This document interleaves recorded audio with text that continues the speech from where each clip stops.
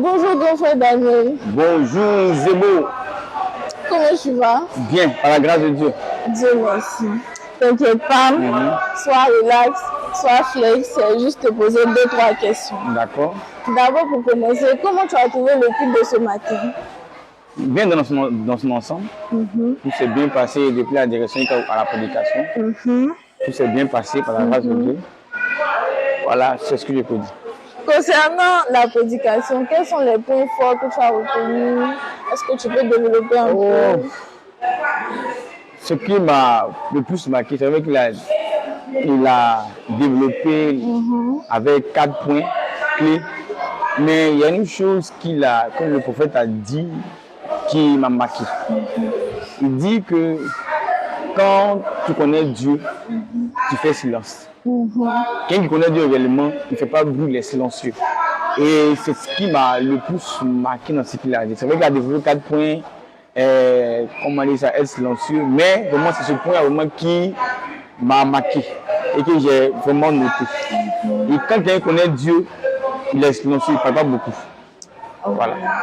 Et c'est une chose que tu vas mettre en pratique. Voilà, c'est ce qui m'a vraiment marqué. Qui vraiment marqué. Parce qu'on fait beaucoup de bruit.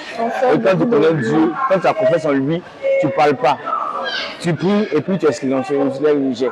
Effectivement. Donc voici ce qui m'a vraiment marqué. D'accord, grand frère Daniel, qu'est-ce que tu peux dire à tes frères et sœurs qui ne sont pas venus aujourd'hui, qui ont manqué ce beau enseignement-là? Bon, ce que je peux dire, elle me dit qu'il n'est pas bon qu'on abandonne notre assemblée. Je peux dire à ces personnes-là qu'il est important vraiment d'être présent. Voilà, parce que les cultes sont faits pour nous.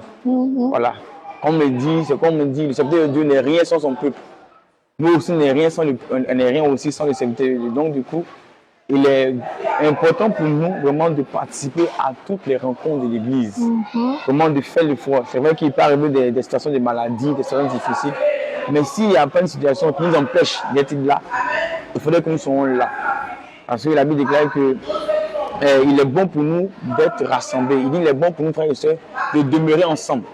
Donc il est bon pour nous d'être assemblés. Donc pour ceux qui ne sont pas là aujourd'hui, vraiment, je les conseillerais vraiment de faire l'effort pour la prochaine fois d'être présents. Parce qu'il y a les cultes de mardi, l'enseignement. Quand tu viens, tu es vraiment enseigné. Quand tu viens, donc du coup, manquer le culte n'est pas une bonne chose. C'est pas intéressant. Voilà, donc vraiment, c'est ce que je peux dire à tout chacun. Vraiment, faisons ensemble l'effort pour être là les jours de culte. Voilà. Merci, grand frère Daniel. Merci, Zébo. Bonne semaine à toi. À vous aussi. Merci. Merci bien. Bonjour, la sœur Véro. Bonjour, ma sœur, grâce. D'accord. T'inquiète pas, sois relax. Oui. Voilà, c'est juste te poser 2-3 questions. On peut commencer? Oui. D'accord. Déjà, comment tu as trouvé le culte de ce matin? Parfait.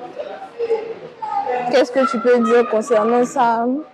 Bon, moi, je peux dire que ce matin, la parole de Dieu nous a enseigné à ne pas décourager. Peu importe ce qui arrive, il faut attraper Jésus. Amen. Avec un cœur sincère. Et il nous a dit, je prends le cas de Job. Malgré Job avait tous ses biens, tout ce que Job avait, et Dieu n'a pas regardé les biens qu'il a donnés à Job, mais il veut que Job le cherche jusqu'à lui. Et c'est ce qui, au début, il était tombé, mais après, il a vu que avec Jésus, il n'est rien. Sans Jésus, il n'est rien. Mais il s'est retourné et il a tourné son vers Dieu et il a demandé pardon à Dieu. Et Dieu l'a béni plus encore. Je veux dire que quand nous servons Dieu, on ne regarde pas de ce qu'on fait. Il ne faut pas regarder comme si on n'a rien ou bien quoi. Mais on doit mettre notre confiance en Dieu. Et si on le cherche avec de tout de notre cœur, avec foi, il va nous exaucer. Amen, amen, amen. Merci beaucoup, la sœur. Et qu'est-ce que tu peux dire à tes frères et sœurs qui ne sont pas venus aujourd'hui, qui ont été découragés, qui sont restés à la maison? Qu'est-ce que tu peux leur dire pour les encourager, pour les exhorter? Je veux dire à mes sœurs qui sont découragées de ne pas décourager. Peu importe ce qui arrive, tu es découragé, tu n'es pas découragé. Sans Jésus, là, ta vie n'est rien. Amen. Donc, si tu as Jésus, on dit celui qui a Jésus, il a tout. quel que soit le découragement, c'est le diable qui décourage les gens. Mais Jésus, lui, t'amène à l'adorer, à le craindre. Dieu, il n'abandonne pas, peu importe, il n'a pas changé. S'il est le Dieu d'Abraham, le Dieu de David, il est toujours le même Dieu. Et je dis à mes soeurs là, faut jamais ils vont abandonner.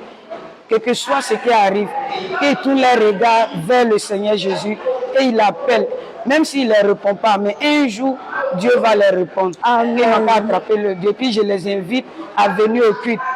Parce que prier seul, c'est bon, mais prier ensemble, c'est plus intéressant. Amen, amen, amen. C'est ce que je veux leur dire. Merci beaucoup, la sœur. Merci beaucoup d'avoir participé à notre interview.